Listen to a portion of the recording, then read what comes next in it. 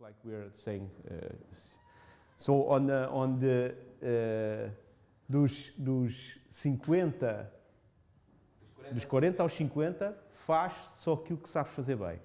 Pá, esquece, não inventes. Pá, não sabes fazer croas sobre dentes, não faças. Exato. Não sabes fazer não sei o quê. Não sabes, faz só aquilo que é bom, porque é para potenciar o teu desenvolvimento máximo. Concordo. Dos 50 aos 60, aos 60, vas a viajar com tua mulher por todo o mundo.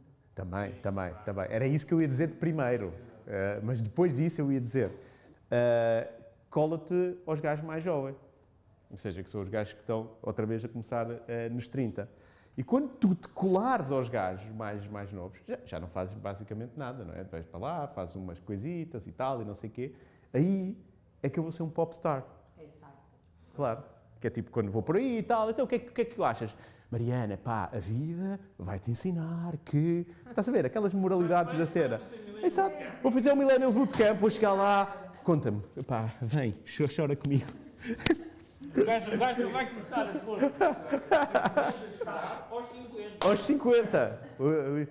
We are on, right? Oh, okay, sorry. We're on. Good morning, everyone. Good morning, fans. Good morning. Good morning, class.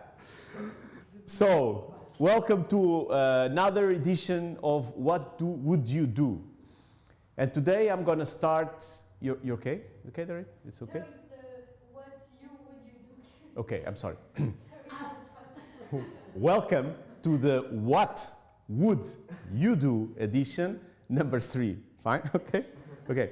So today we're going to start in a different way because I heard some criticism about this. Yes, we hear critics about our format.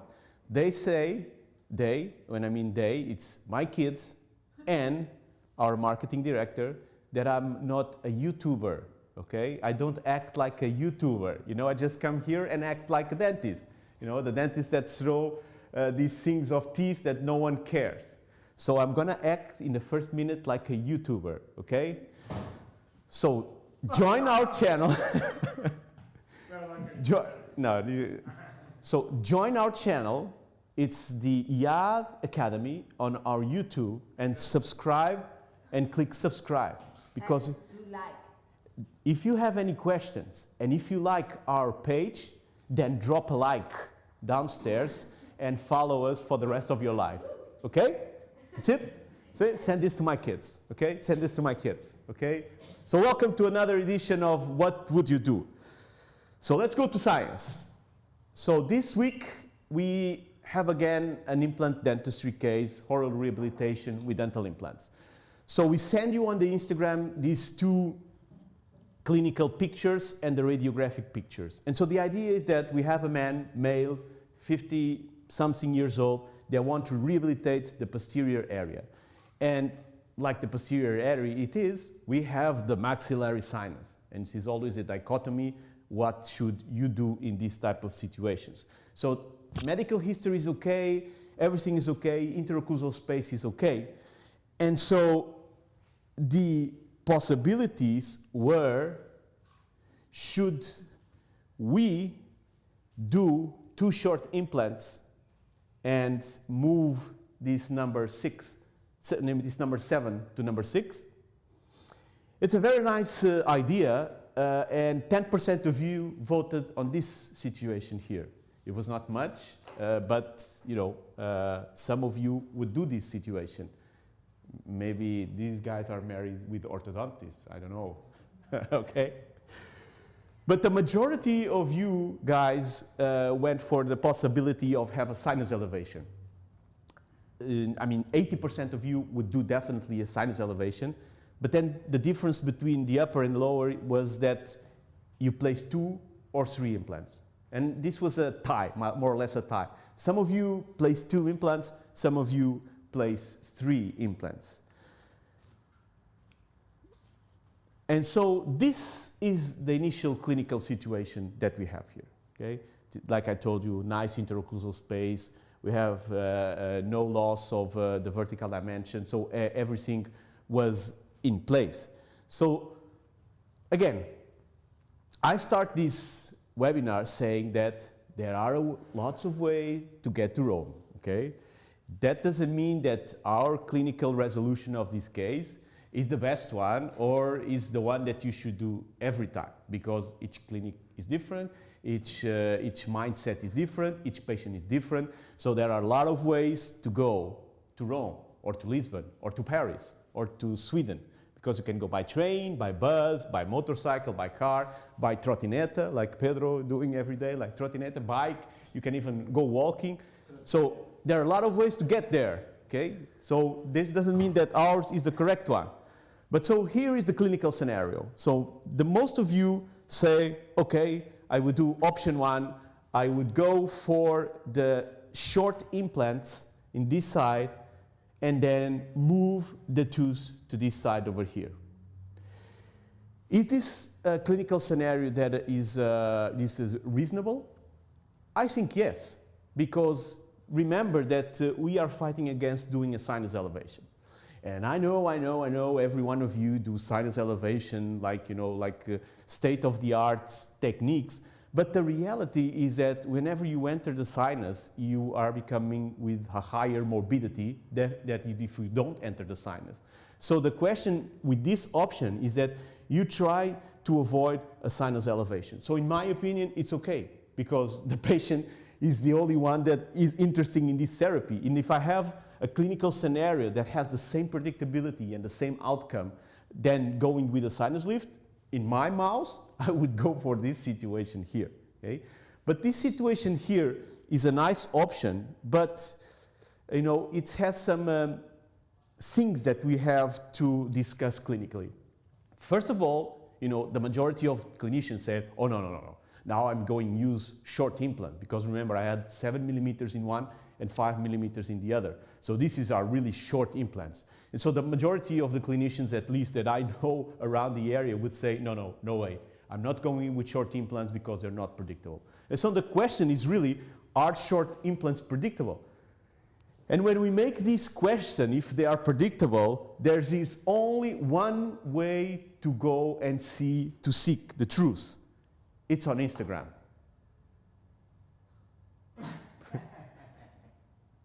No, I'm kidding, okay? I'm kidding. I'm obviously kidding. There is no room for science in Instagram, okay? So do not have this crazy idea that what you see on the social media is what really is happening on the clinical ground, okay? So do not Google it, or do not Instagram it, or do not Facebook, because, you know, evidence-based research, you know, is not about social media, it's about going to the high evidence magazines, scientific papers that are published, that are peer reviewed by other colleagues.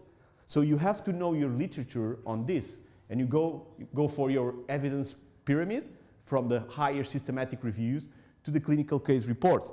And when we put the short implants on PubMed, you see the survival rates are really high, okay? There is no question about it. I mean, the 5-year data and the 10-year data, we have survival rates of 90%. 90%, which is a lot. If you don't have to compare this with long implants or short implants. It's short implants versus the sinus elevation that we have to do this patient. So the survival rates are really high. Even the 5-year data that was published by ITI, there are a lot of people that have systematic reviews on short implants. That's the most tasty topic because it's easy access. You take out the articles and then you do the systematic reviews. And when you see the consensus from 2018, the short implants are a viable alternative to sinus elevation. You just have to be sure that you know what type of short implant are you using, because the heterogeneity that short implants there are make a lot of heterogenic results on the literature. Some results on the literature have 85%. Some results in the literature have 98% of survival rate after 5 years. And that is due to two things. One, the macrogeometry and the surface of osseointegration.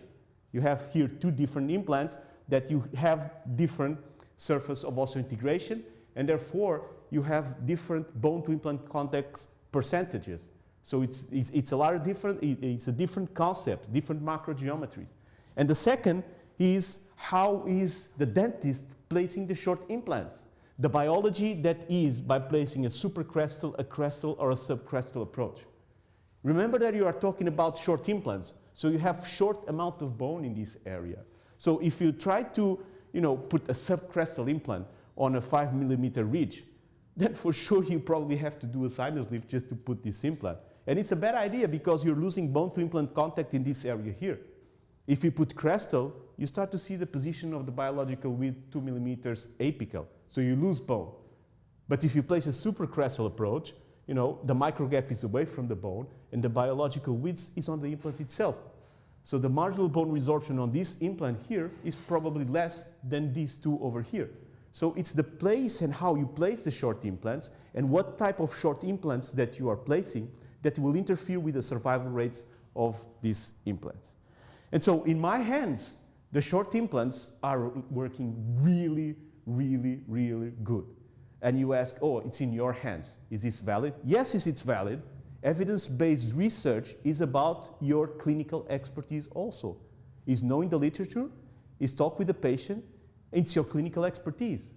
My expertise with short implants is very good. It's very good along the 5 and the 10-year data. So for me, it's a viable option to do short implants. We have lots of cases with short implants that are working okay. The idea is that for the dentist, we love to do sinus elevations. For us, you go to the surgical operation, if you're from the oral surgery, you love this. But the patient hates this, okay? Because when there are problems with the sinus, complication, this is a mess, okay? This is the Instagram photo that you see, but you not see the complications and the morbidity of the clinical app. So here's a similar situation where we have bone along all of this area to place short implants. And in this case, I finalized the case with 3 short implants, to rehabilitate this area. So here was clearly you have the surface of osseointegration distributed by these 3 implants. So it's short implants and no sinus elevation. But when we go to the literature and see what happens if when you compare the sinus versus the short, the outcomes are really similar. Very known universities, very known papers are publishing with this. It's not just one publication, it's a lot of publications that talk about that the treatment with short implants are similar to the treatment with sinus elevation and long implants. So why not go with this situation with the short implants? We didn't go with this situation. And why? Because there was a decisive factor that didn't allow me to go fully. I could place the 2 implants, but still I had to push number 7 to number 6. So let's call the Ortho Team. Hello, good morning, Good morning, good morning. Is the Ortho Team awake? Yes. Have you taken the yes, coffee? Yes, yes. Your tea? Okay, now it's important, okay? Now we go for the Ortho Team. So I had to consult the Ortho Team and say, listen guys, I need you to help me. And I didn't put any music for YouTube reasons, but there was a very nice music. You have to imagine the music, okay? Darin said, do not put music because they will block the content, and I did not put music. But when we call the Ortho Team, it's always a party, you know, since the days that we were at NYU, you know, NYU implants were all guys, orthodontic was all girls. So there was a lot of things to discuss about ortho and implants, orthodontic extrusion, orthodontic movement, orthodontic, you know, there's always a reason. And I, you know, when I was young, I consulted a lot the orthodontic team. We were so young. We had 30 years old. Okay, now we're a little bit older, but I still consult orthodontic every day. And so the idea is the following. You can consult the orthodontic team, okay? And you know, you can do treatment plans together. And the majority of the times, you know, the treatments go well, and we have success in our daily practice. It's the orthodontic implant synergy. But there are some cases that don't work so well, and you fall down. And you fall down as a team, you know, you all fall down. And the majority of the times, you know, the failure was on the treatment plan. We have failures on the clinical level, but that's more rare. But it's a failure on the treatment plan, the outcomes, not knowing what would be the outcome of that procedure.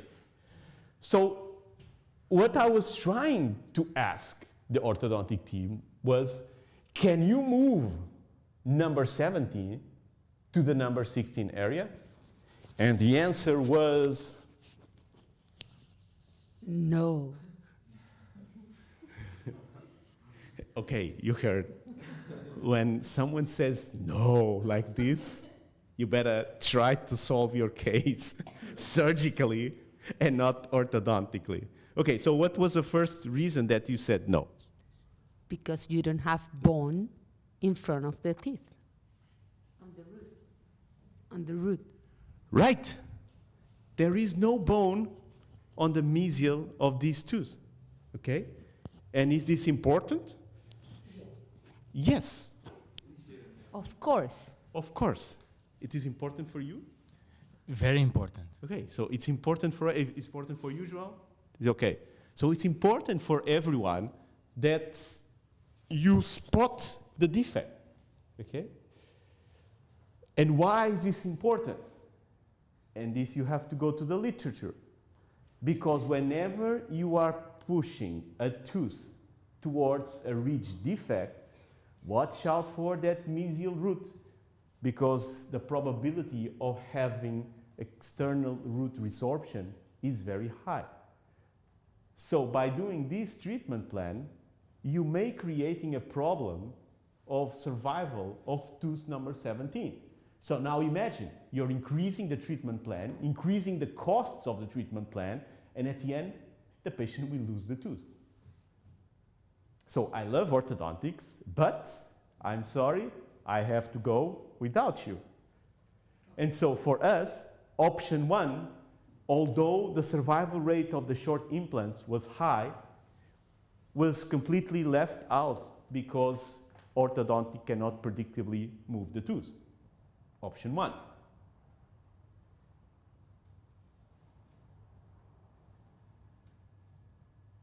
So we move for our option 2. There will be a sinus lift on this area, for sure, in your position. So the question was, should we put 2 implants or 3 implants in this area? And this is a very nice discussion. First of all, the sinus elevation is one of the most predictable regeneration procedures that we have in dentistry. The survival rates are very high. It's a contained defect. If you control the technique, this is a go-go for guided bone regeneration. And How do I do this? Always xenograft, and resorbable membrane. You know, this is described since 2006, 2003 from Steve Wallace, from Del Fabro, from Stuart Frome, that this is a predictable situation. The amount of vital bone that you get in this situation is more or less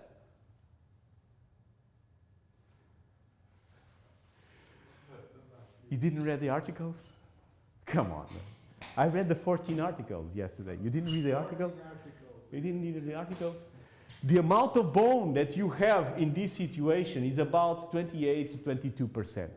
So it means that you have a very nice, stable, vital bone formation.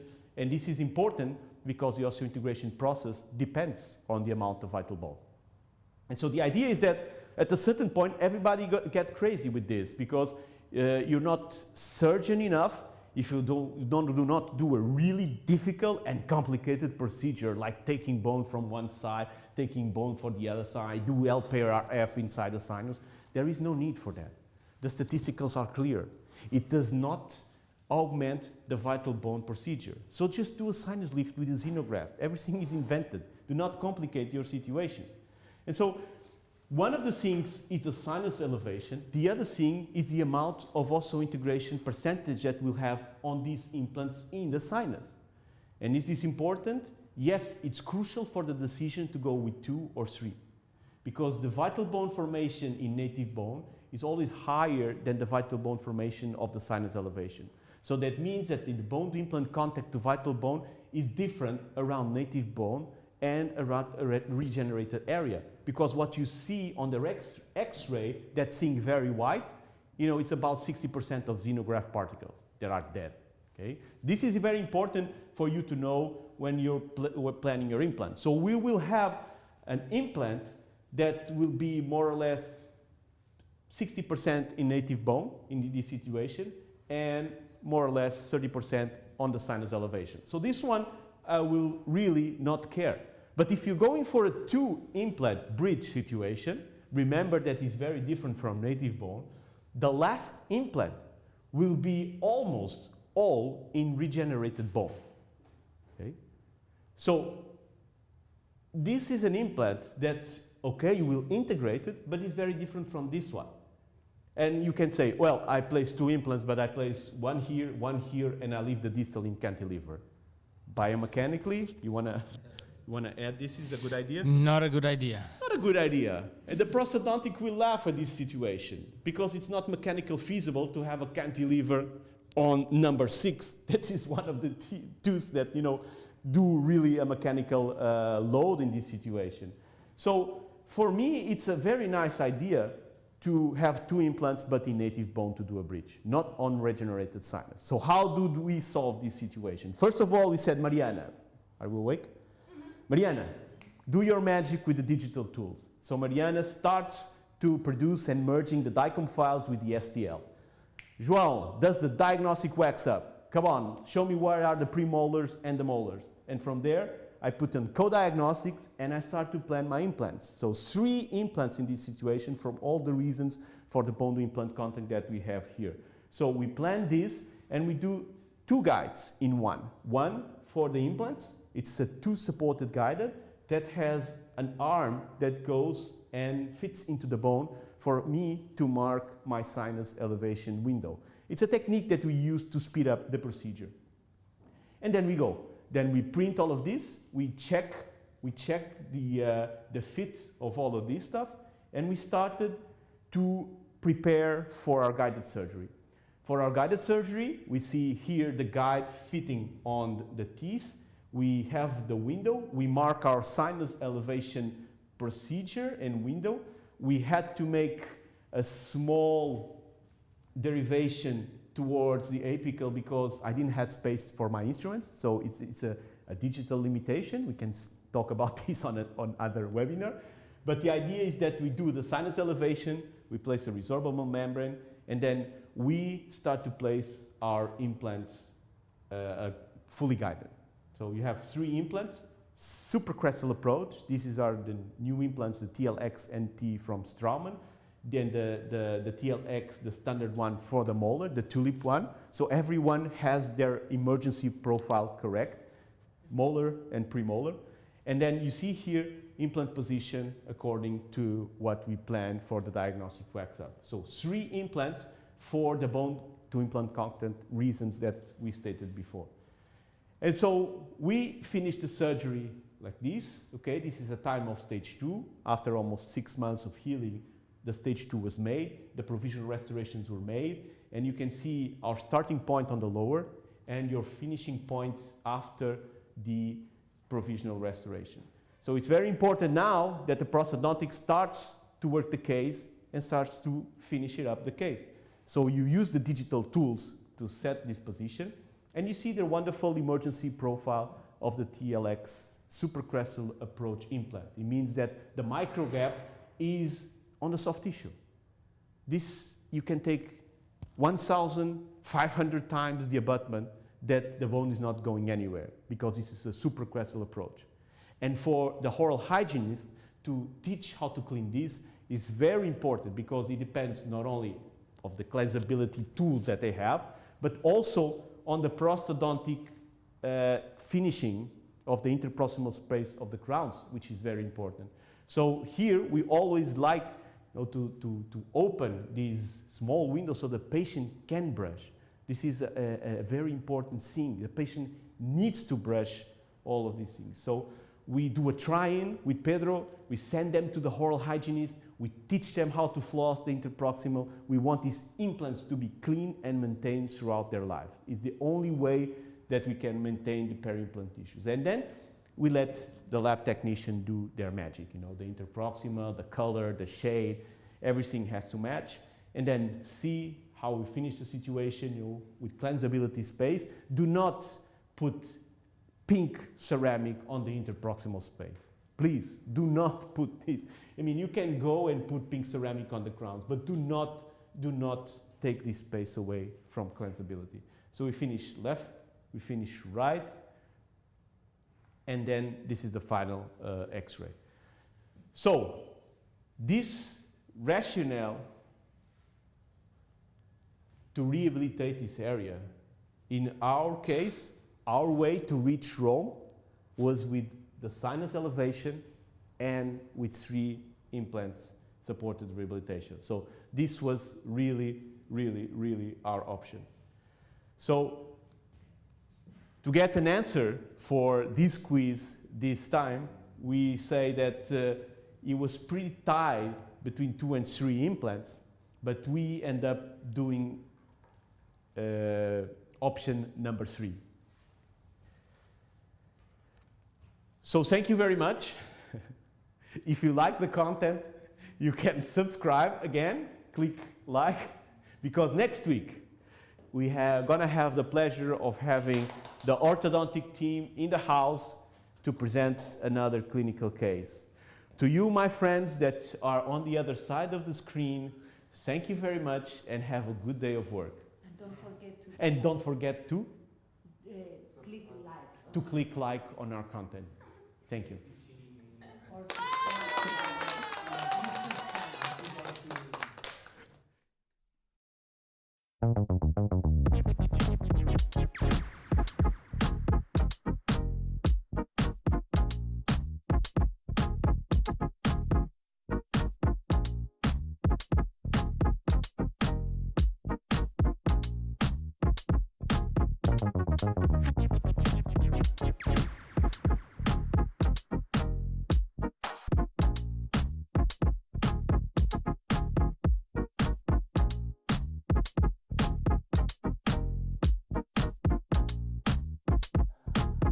Thank you.